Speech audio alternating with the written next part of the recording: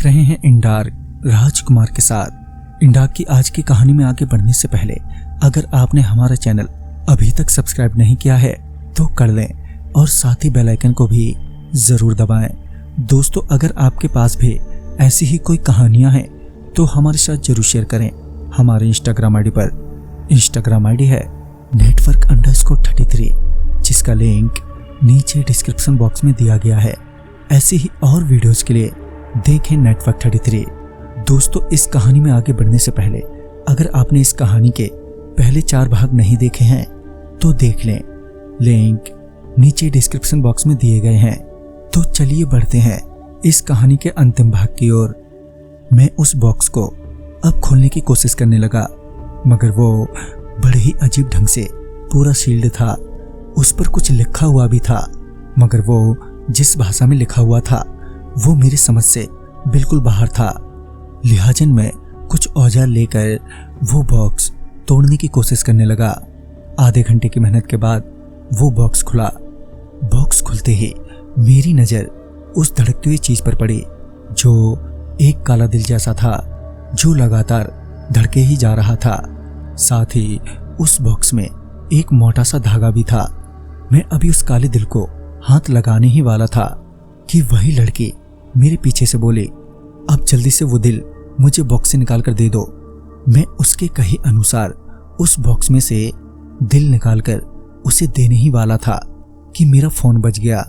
जब मैंने फोन की ओर देखा तो पाया कि पान वाले विनोद भैया फोन कर रहे हैं। मुझे लगा कि जरूर कोई जरूरी बात होगी, इसलिए मैंने फोन उठाया। फोन उठाते ही वो बोले, अरे परवेश भैया, हमने सारा पता कर लिया है उस चुड़ैल के बारे में। पहले तो आपको ये करना है कि उससे कुछ भी मांगने की गलती नहीं करिएगा, नहीं तो बदले में वो आपको कुछ लाने के लिए कहेगी। कहते हैं जो भी आज तक वो चीज लाने के लिए गया है ना, वापस जिंदा नहीं लौटा। इस पर मैं भारी मन से बोला, मगर मैं तो वो चीज ले भी आया हूं, और वो चीज एक काला सा दिल है जो एक बॉक्स में था। ये सुनते ही विनोद भैया ने कहा कि अरे बाप रे, ये क्या गजब कर डाले तुम। फिर वो थोड़ा रुकने के बाद बोले, अच्छा एक बात बताओ, उस दिल के साथ और कुछ भी होगा धागा जैसा? मैंने बोला, हाँ, एक मोटा सा धागा है। फिर उन्होंने कहा, अब तुम उस दिल को उस चुड़ैल को भूल कर भी मत देना, और तुम्हें वो धागा उस चुड़ैल को बिना देखे ही उसके गले में बांधना होगा, तभी तुम इस मुसीबत से बच पाओगे, नहीं तो अंजाम बहुत बुरा होगा। तभी वो लड़की यानी चुड़ैल बहुत गुस्से में आ गई और चिल्लाते हुए मुझसे बोली, तुम्हें सुनाई नहीं दे रहा मैं क्या कह रही हूँ?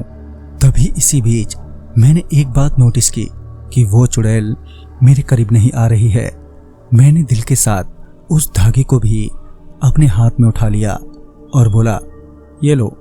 वो जैसे ही मेरे पीछे पहुंची, मैंने उस दिल को नीचे गिरा दिया और अपना आंख बंद करके पीछे पलटकर उसके गले में वो धागा एकदम से बांध दिया।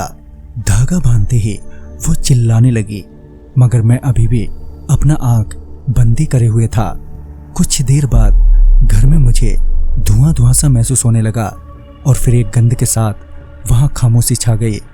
कुछ देर बाद मैंने डरते हुए अपनी आंखें खोली तो मैंने पाया कि वहां पर बहुत सारी जली हुई राख है जो पूरे कमरे में फैली हुई है।